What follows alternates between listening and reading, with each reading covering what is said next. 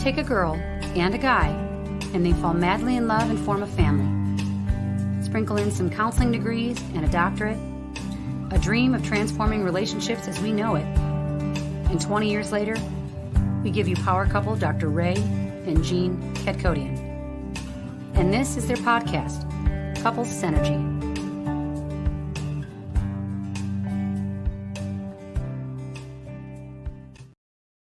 Hello, and welcome back to another episode of Couple Synergy with Dr. Ray and Jean. Hi, I am Dr. Ray. And I'm Jean. This is our podcast about love, marriage, and relationships. Be sure to check us out online at couplesynergy.com or on Facebook and Instagram at Couple Synergy. And please subscribe to our podcast, leave us a review, or send us any suggestions on topics you'd like to hear more about.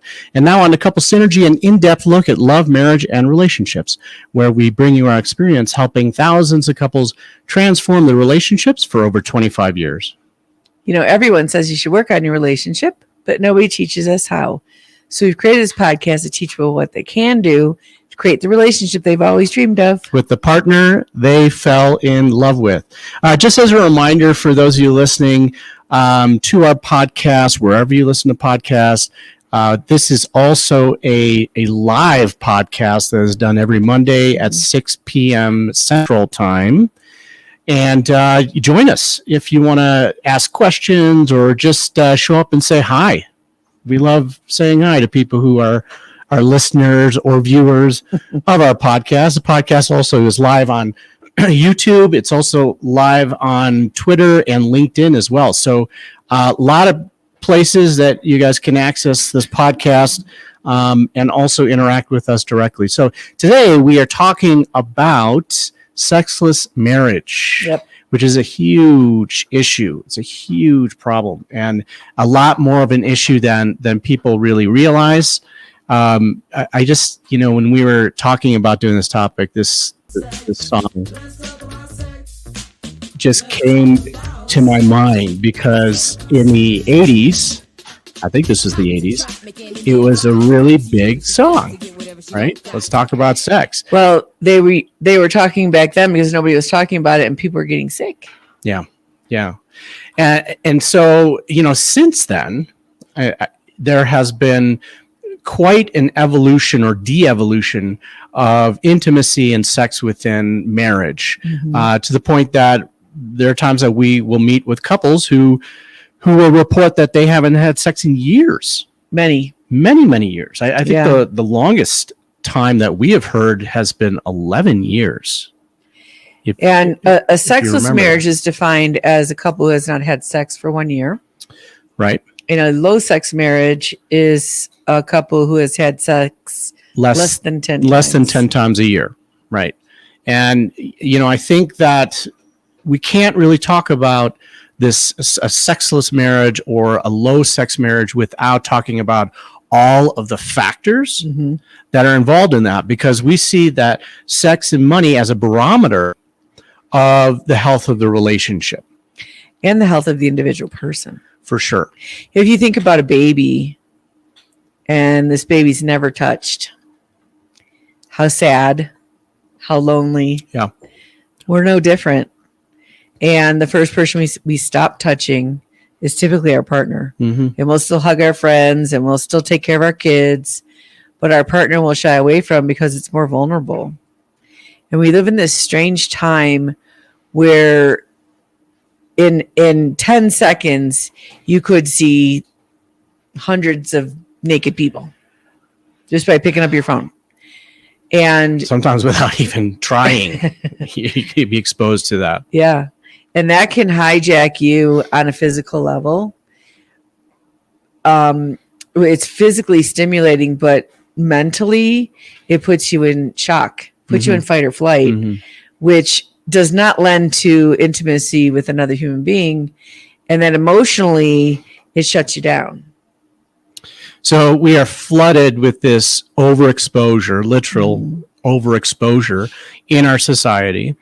And we are exposed to other people, being sexually provocative and sexual imagery and all of that. But then within our own personal committed relationship, that decreases.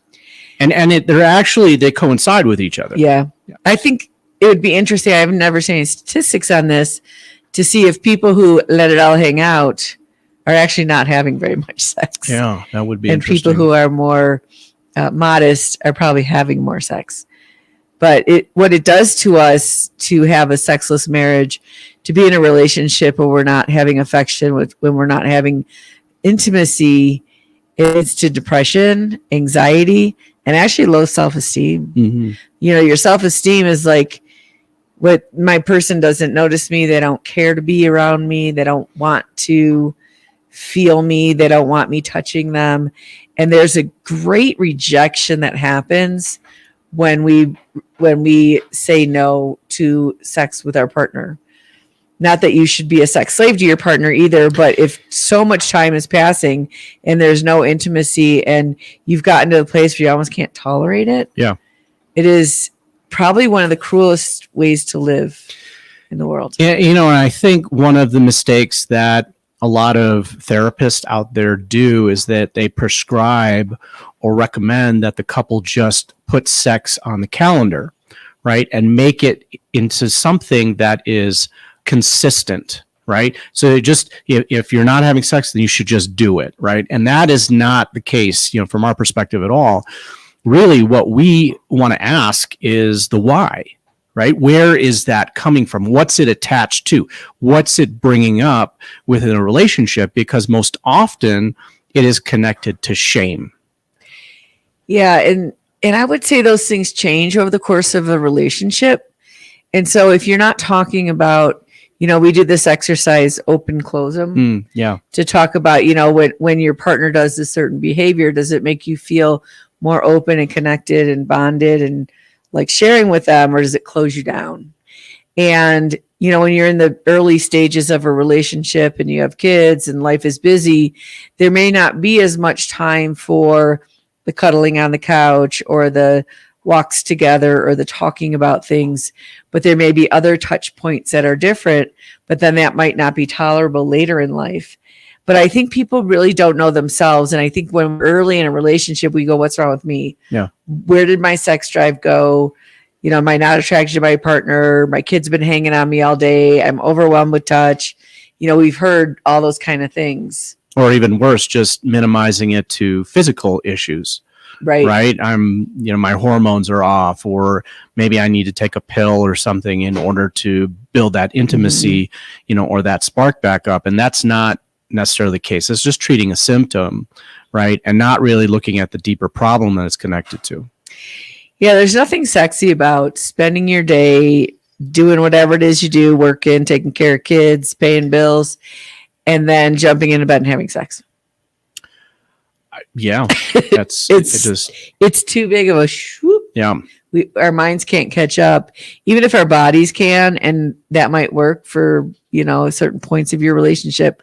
But over time, that will grow resentment, especially if you're giving in, or if you're just, even if you're the one who wants to have sex, if your partner's not really present, it can't be a good feeling either. And when you're talking about shifting gears like that, I think we also need to talk about intention, right? If someone or a couple is just having stress sex, then that's not necessarily connection and bonding. It's really more of a, kind of self-pleasing type of perspective or approach to sex versus a complete connection, right? And true intimacy between a couple that is often not nurtured and rightly so. A lot of couples don't have the time, as you were saying, they don't have the time to nurture. They got kids, they've got full-time jobs, careers, they're trying to pay bills and survive in this society today.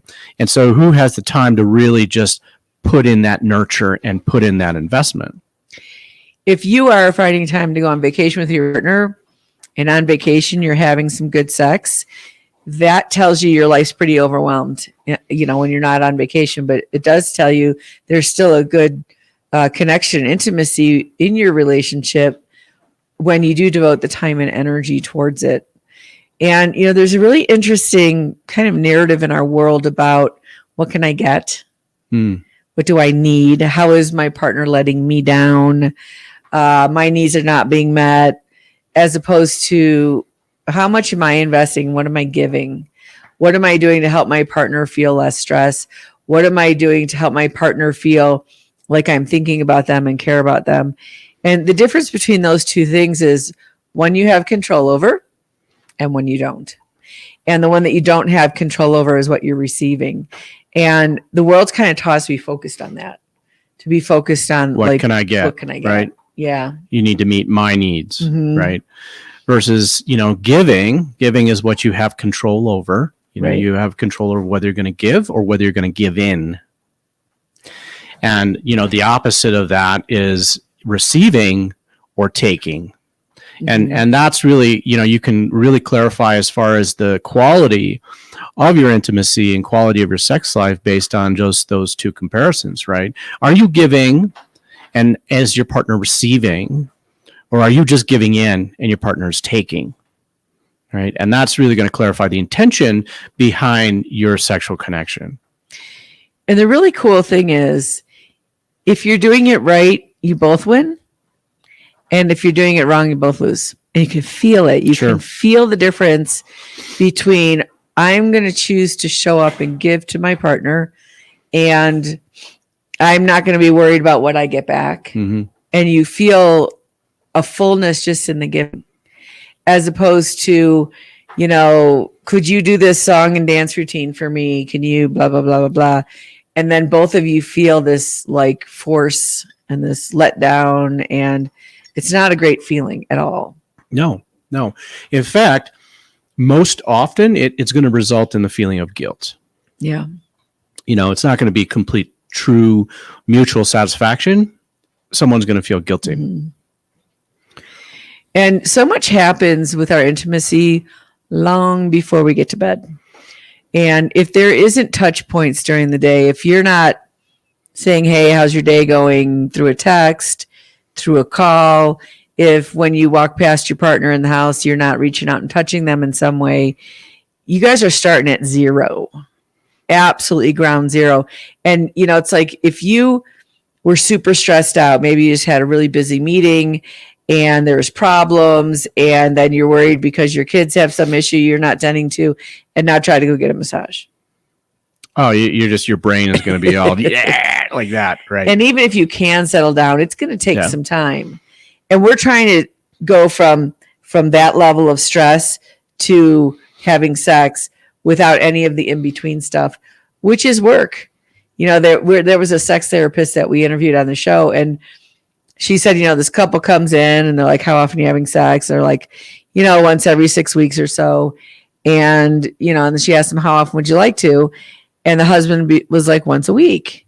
And she goes, all right, I'll have sex with you once a week. But what I'd like you to do is take a shower and light some candles and play some soft music and give me a back rub. And then we'll have sex once a week. He goes, all right, I'll be fine with it once every 6 weeks.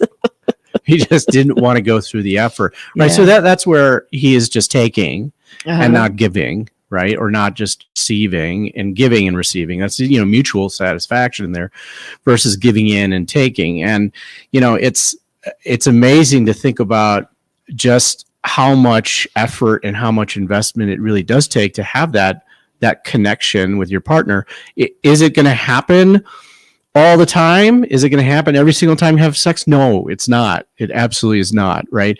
But if the majority of your connection and the consistency of your sexual connection is this giving in and taking, then you could see this degradation of that connection, of that intimacy between the two of you. Which increases your anxiety. For sure. Increases your depression.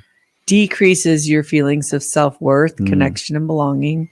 So it's a big deal. And it actually leads to physical illness because our stress levels stay high and then our body starts to break down. So there's so many good reasons to take that time and energy and effort and give that towards your partner. It's hard though. It's not always the easiest thing to do. Yeah. When we're talking about, passing them in the kitchen and reaching out and touching them, we're not just talking about like giving them a pat on the butt.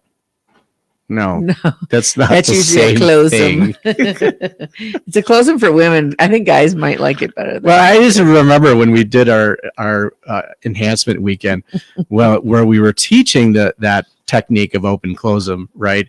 And they were closing their eyes, and we said, when your partner comes by and gives you a little tap on the butt, and the guys were like, I'm open to that, and the women were like, no, I'm closed to that. And then the look on their face when they saw each other's answers, like, really, you're not okay with that? And the reason is, for women, the way our brains work is we're paying attention to so many things. And so if she's listening for if the kids are okay, and if dinner's burning, and she's doing some dishes, and now here's one more thing that's grabbing her attention and distracting her from things that are important in that moment. So it's an irritant. As for guys, if they're sort of like, oh, sex, right, and everything else goes away. So there's reasons for that, because that's how our brains work. And so the things that are much lovelier for women are foot rubs and back rubs and hugs and all the kind of things like that. Mm-hmm. Yeah. It's definitely a very complex issue. And it does not have a very simple answer to it, or a checklist that you have to follow and everything's going to be good. And what we know about sexual intimacy in a long-term relationship is that it does evolve over time, and the factors that a couple's going through during the stages of development in a relationship affects their sexual connection. I mean, I don't think it's a couple that has got kids and they have struggling with their jobs and their careers and trying to make ends meet. The quality of their sexual connection is going to be totally affected by all of those factors involved, versus a couple that's going through a midlife crisis, or a couple that are becoming empty nesters. Now they're finding themselves alone in the house for the first time in how many years. And so now that's another factor that's going to affect their sexual connection too. And then also how much a couple works on it and talks about it, right? And I think that talking about it is really the most important part, because most often people keep it to themselves. Yeah, when we're sitting in front of a couple for the first time, we ask them, how often are you intimate? And then we ask them, how did you guys decide that? Yeah. And they look at each other, and it wasn't a conscious choice. It was a reaction to something. It was an assumption that they are thinking about their partner, and none of it was ever talked about. And it leaves this emptiness in us. I always thought about that with like someone like, who was Superman? What was that guy's name? Clark Kent? Well, the actor that got paralyzed. Oh, Christopher Reeve. Yeah. And like, I'm sure him and his wife went from having this normal, healthy relationship to he's paralyzed. And not only is he now a sexless person, where does that leave her? And what did they do with that? Did she just become caretaker, or did they find ways of still connecting and bonding and loving each other? And, I think if I was in that situation, I for sure would want to find those alternatives, even if physically somebody couldn't. And I think, unfortunately, what we do is we go the other way, and it becomes too uncomfortable or painful. We don't talk about it, and we don't do it. And it's always amazing to me that people can live in a relationship of contempt for decades. Where you guys know people like this, couples who complain about each other, in conflict all cut the time, each other down in front of other people, and they'll stay together for a very, very, very long time. And surprisingly, for those of you out there, those couples actually have a lot of sex. Some of them have a lot, and it's the really turmoil ones, right? Yeah. Because the connection is based on the chaos. Yeah, it's not about bonding or feeling close to each other. It is part of the chaotic cycle. That's the only time they're not in pain. Yeah. So it's like, when they finally cool off enough to say, "Oh, you're still here," but very painful ways to live. Very, very painful. And the work of it, the helping each other soften into the relationship. And then, if there's sex without love, if you just, hopefully you're not in a relationship and you're like on Tinder or something like that, and you're hooking up with someone, there's something that happens at the end of that. At the end of that, there's a desire to run from that person. But when you're in a love bonded, committed relationship, at the end of physical sexual intimacy, there is a drive to hold each other, because that's when the bonding chemicals come out. There should be a drive. Right. And sometimes people take that space when our bodies are in this place, because all that serotonin and oxytocin is released. And instead of holding our partner, we are dealing with the children or picking up our phones or petting the dog. And we're not really using that bonding time, which increases our immune system, which makes us feel safe and comfortable and connected in the world, which reduces our depression and anxiety. And we are missing that piece of it, even after going through the motions of having physical intimacy. I just have to say that, in our experience over 25 years of working with people, people are so much more angry. Yeah. And that plays a factor absolutely in bonding with your partner. And countless number of people are just angry all the time, and angry at this person, at that person, just their outside world. And so when you take that home with you, that's got to go somewhere. And so a lot of times we see that, going at their partner, and then that just perpetuates more conflict within their relationship. And I would say, pay attention to how you feel in the shows that you watch, when you're getting messages from radio or walking down the street, and you're bombarded with stuff, and you may not realize all those subtle messages that are out there that make you feel like the world's a little less safe, or it is provocative, and it wants you to be in that place of turmoil or anger. And then it doesn't make sense that you have those feelings because nothing happened. Yeah. Right. But you get on the radio and they're like, have you been checked for this cancer? Or are you this? Or are you, like, like, oh, if you're over 62, you might be at risk for this. I'm like, oh my God. You walk around like, Or every other billboard as you're driving down the Kennedy in Chicago is about hair loss. Yeah. Right. And testosterone and, lack of a sex drive for men. And it is just so pervasive in your face. Did you see the one that was like, smoke pot, it's better than sex? It was something like that. Wait, was that a billboard that was in Chicago? Yeah. Oh my gosh. And you think how sad that they would want you to replace zoning out with the deepest connection we could have with another human being. Well, it minimizes the risk of rejection. It sure does. Right? I mean, it only increases the risk of eating more food. Well, the munchies. But yeah, I mean, then there's the lost billboard right after that, right?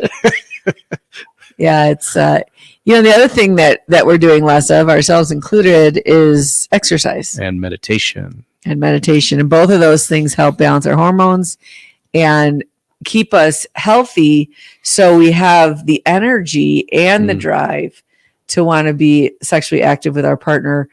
And it's so much easier, and this is why married couples are fatter, to just sit on the couch and say, not today. I'm not going to go work out today. And it's so easy to get in that rut, and so hard to keep yourselves motivated and moving. But it does show up in your physical health, your emotional health, and your mental well-being. As we have said, that sexual intimacy is a barometer for the connection that a couple has. And so we have to look at all of the factors that are involved in that. All right. Sexless marriage is not something that happens overnight. Right. It is something that happens gradually over time, little by little. Think about the whole frog in a boiling water analogy, or is it a metaphor? Metaphor. I can never get that right.